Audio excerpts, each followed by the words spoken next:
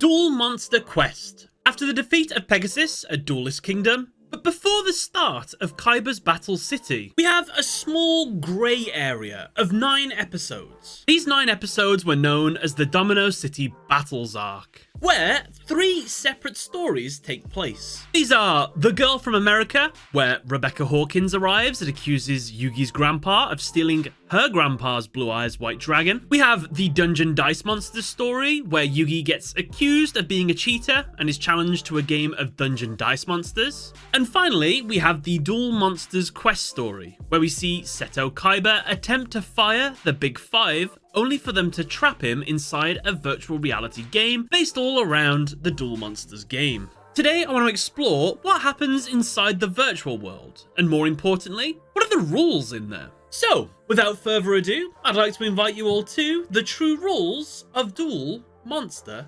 Quest.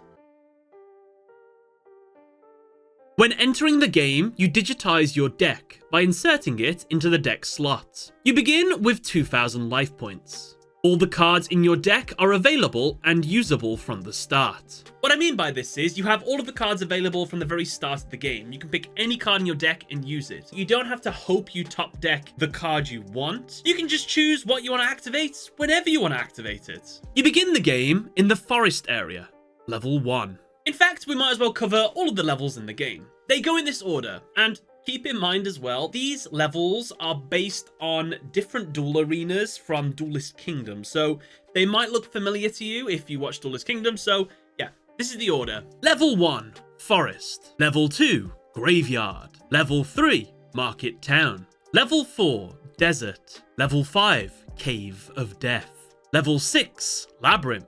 Level 7, Kingdom Castle. Level 8, Dark Illusion Sky Castle. And finally, level 9, the secret final level, Dragon Sanctuary Matrix world thing. Honestly, this world looks like it's incomplete. I mean, yeah, the game's in beta, so it makes sense. You can summon only one monster at a time and have only one monster out at a time. There are some exceptions to this rule. If a monster is sealed away, for instance, Kaiba had his Blue Eyes White Dragon sealed by Dragon Capture Jar. Later on, he managed to destroy it, and he got his Blue Eyes back. After this event, he had 2 monsters out on the field for a while. Also, if you plan to combine cards together, for example, Yugi used his Karibo and Catapult Turtle combo. So in those 2 situations, it's fine to have 2 monsters out at once. You can summon high-level monsters with no cost. Battle City hasn't happened yet. That means that the new rules haven't been implemented yet. So all of the rules that I don't mention today, well, they're gonna apply for the Duelist Kingdom rules, which I've already done a video for. If you haven't watched that, that'll fill you in on any extra rules you need.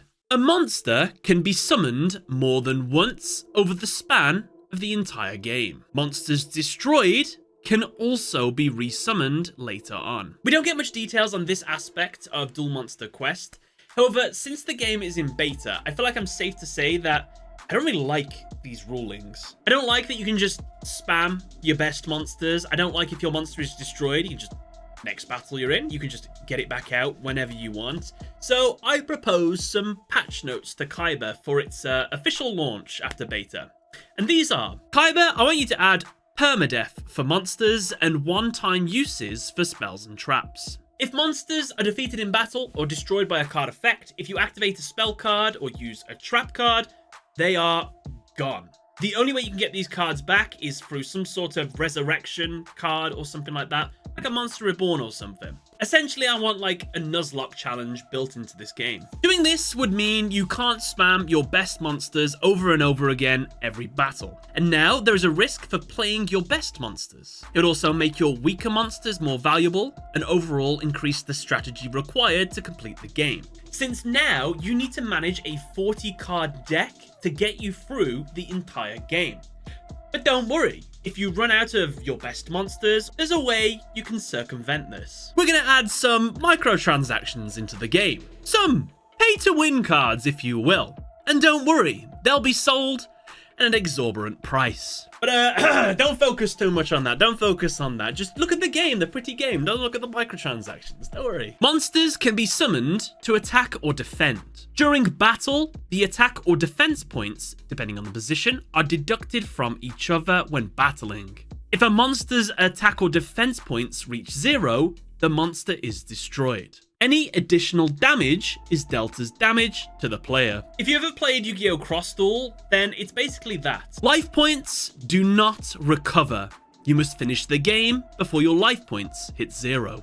During PvE battles, players can be attacked directly by monsters. So, it is important to summon your monsters to defend yourselves. During PvP battles, players cannot attack directly, as this is against the rules. That is, unless the Big Five hack the game and make it so that they are able to do so. In that situation, then, I'm sorry, then, yeah, you can break the rules, I guess. In fact, speaking of, if you lose all your life points, you lose. Now, losing should mean you just lose the game. Ejected out of the game, you can come back in whenever you want. Except in the case of this, the Big Five made it so that if anyone loses in the game, they lose their soul. No, I'm just so used to saying that. They don't lose their soul. They get trapped in the game. That's it, that's all. Spells and traps have effects reflective of what they can do in the real card game. What I mean by that is the mechanics of the cards, like Trap Hole, they just work in the real world like you expect them to. It just summons a trap hole to the field, and yeah, just that kind of thing. So yeah, kind of like that. Zombie monsters can revive indefinitely, and each time they do, their attack increases by 10%. Zombie monsters can't revive, however, if they are unable to increase their own attack.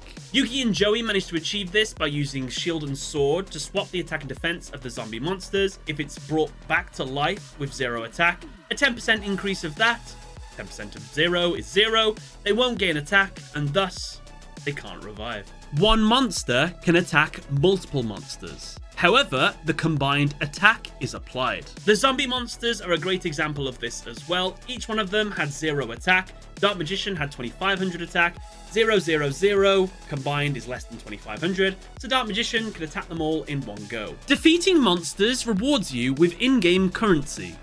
Gold. Or should I say, gold! Gold can be used in-game to buy cosmetics and some pay-to-win cards, but let's brush past that. A sprite will appear to aid new players to the next waypoint if stuck. Note that the sprite has its own health points, so if it is killed during a battle or maliciously killed by a player, then it won't respawn. NPCs can be interacted with for useful information. However, they have limited dialogue options. The desert is impossible to traverse without the NEWATORI monster card. This can be obtained through a side quest. If you do attempt to cross the desert without the card, then you'll get so far and then be ejected out of the desert and respawn back at the start of the town. Stealing is allowed in the game. However, being caught will result in witnesses becoming hostile. Monster, spell, and trap effects can be used outside of battle. For example, Trap Hole can create a pit, magical hats can be used to avoid battles, and monsters like Blue Ninja can use their effects to destroy cards in people's hands before they can be activated. Fusion summons can be performed with monsters owned by other players. The endgame Castle of Dark Illusions in the sky can only be reached with the ancient flying machine, which seemingly can only be obtained through time travel, and the only card I know that can perform time travel is Time Wizard. So I'm really curious, if nobody had the Time Wizard card, how would they have got to the Dark Illusions castle in the sky? Because they make a note that only the flying machine can get through the barrier, so I have no idea. In the secret final area, only dragon-type monsters can battle. Spoilers, the Big Five hack the game so they can use Five-Headed Dragon, or Mythic Dragon as is known in the game. Even though it's the end game boss, they managed to summon it. And the only way that Yugi and Kaiba are able to defeat it is by combining his Blackluster Soldier and Blue Eyes Ultimate Dragon to summon Dragon Master Knight and wreck Five-Guard Dragon. If you win the game, all defeated players and NPCs will return. And with that, those were all the rules I could establish from Yu-Gi-Oh! Duel Monster Quest virtual reality game. Would you like this game made into reality? Are there any other patch notes that you would like to have added to this game to make it even better if it did release? Let me know in the comment section below. But other than that, thank you all for watching. Catch you later.